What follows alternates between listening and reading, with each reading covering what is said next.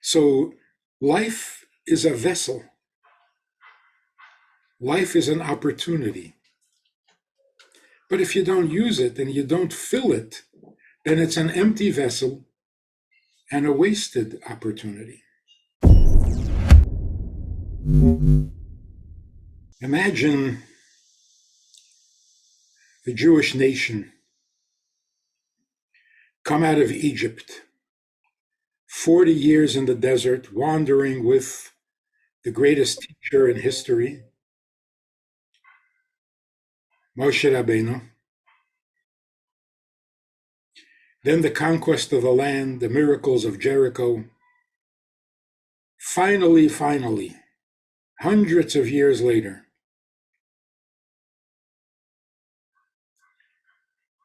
they build a temple under King Solomon. This is now the promised land. They have arrived, not only physically, but also spiritually. And so there's a pilgrimage. Everyone comes up to celebrate the newly dedicated, godly temple, the house of God. 10 miracles occurred daily. People celebrated. They experienced the godliness, the holiness that they had been looking forward to for all those years. They had a really serious encounter with God. And then the celebration is over. And they have to return to their homes, to ordinary lives. It didn't feel right. It didn't feel compelling. They came back home, but it wasn't the same. Their physical possession, material possessions, the needs of the day, making bread, fixing the tents or the houses that they were living in, it wasn't the real thing anymore. Godliness was real. The rest was empty and insignificant, unless you filled it with meaning.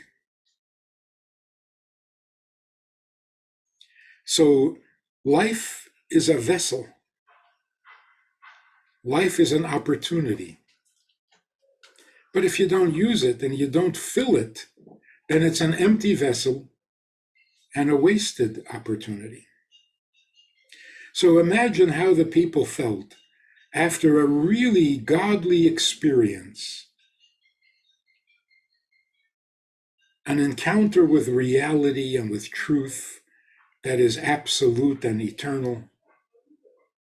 And now they got to go back to ordinary life. Once you realize what is real, you also realize how unreal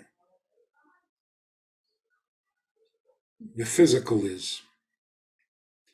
And so you don't take it so seriously. It's good to have. It's not terrible if you don't. You develop kind of an indifference to all physical needs and drives and wants. It's not so serious.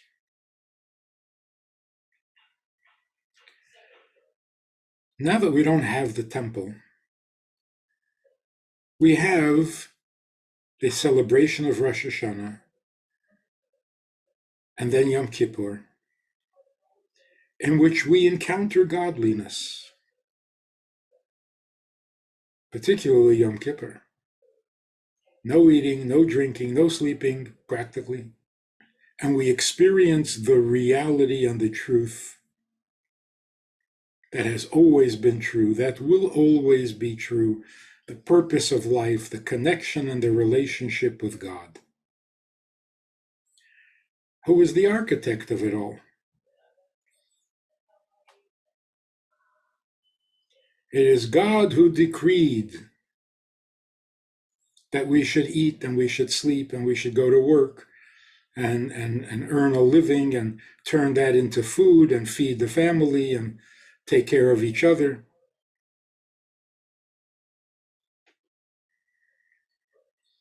God who created the lion and the lamb, you decreed I should be what I am. Other than that, what's so special about what I am? So now, like the people coming home from the dedication of the temple, the home, the house, the physical reality just is not compelling anymore. So what do? After Rosh Hashanah, after Yom Kippur, God says, leave your home and spend 8 days in a temporary hut. Not like a summer retreat, because it's not summer anymore. In fact, all the people who have their summer huts are taking them down for the winter and moving back into their homes. We leave our homes and move out into a sukkah. Officially, the reason is, God says, to remember that when I led you through the desert for 40 years, what protected you from the sun and the weather? Huts. You lived in temporary huts. Or the clouds of glory that protected you from below, from above, from the sides. So here's the commandment. You have to build a hut, at the very least the size of an adult body, so that an adult can sit in this little hut. The walls can be made out of whatever, but the roof has to be covered with vegetation. We use corn stalks back in Minnesota. People here in New York use branches of evergreen, smell delicious, but it has to be porous, just enough to shade you from the sun. We take all our meals in that little hut for 7 days to remember how God led us through the desert for 40 years. But why does it come right after Yom Kippur? It's because after Yom Kippur, going back to business as usual should not be very comfortable. It should seem temporary, fragile, frivolous. So instead of a solid home, we build this temporary, very, very insecure structure. And of course, God will always test our commitment and devotion. It rains. Sometimes we sit in the sukkah and it's raining. Were it not a mitzvah, were it not God's commandment, we would run for cover. But because it's a mitzvah, let it rain. Who cares? We're still under the impression of Rosh Hashanah, Yom Kippur. God is real. His commandments are real. The godliness within us is real. Our relationship to Him is real. What's a little rain? Now, if the rain is really heavy and it's ruining your food, then you are exempt and you may go indoors and have your meal there. But it's a very joyous celebration. In fact, the Torah calls it the festival of the season of joy. The joy is the feeling of freedom from enslavement to the physical and to the material. Not in an arrogant and irresponsible dismissal of reality, physical reality, but a true liberated feeling. Yes, I'll take care of all my physical needs, but with a little humor, you know.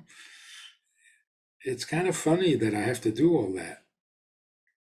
But if that's how God designed me, I'll do it. But it doesn't have that heaviness, that seriousness that can even lead to depression. No, it's not that serious. In fact, it can be a lot of joyful celebration. We have a Sunday night program for VIPs that you might be interested in. It's informal, it's questions and answers, it's conversation. It's really relaxed, it's really pleasant, enjoyable, informative, and kind of community-like. It's a Sunday night program. There's a Wednesday morning program for the VIPs, and there's a Wednesday night program.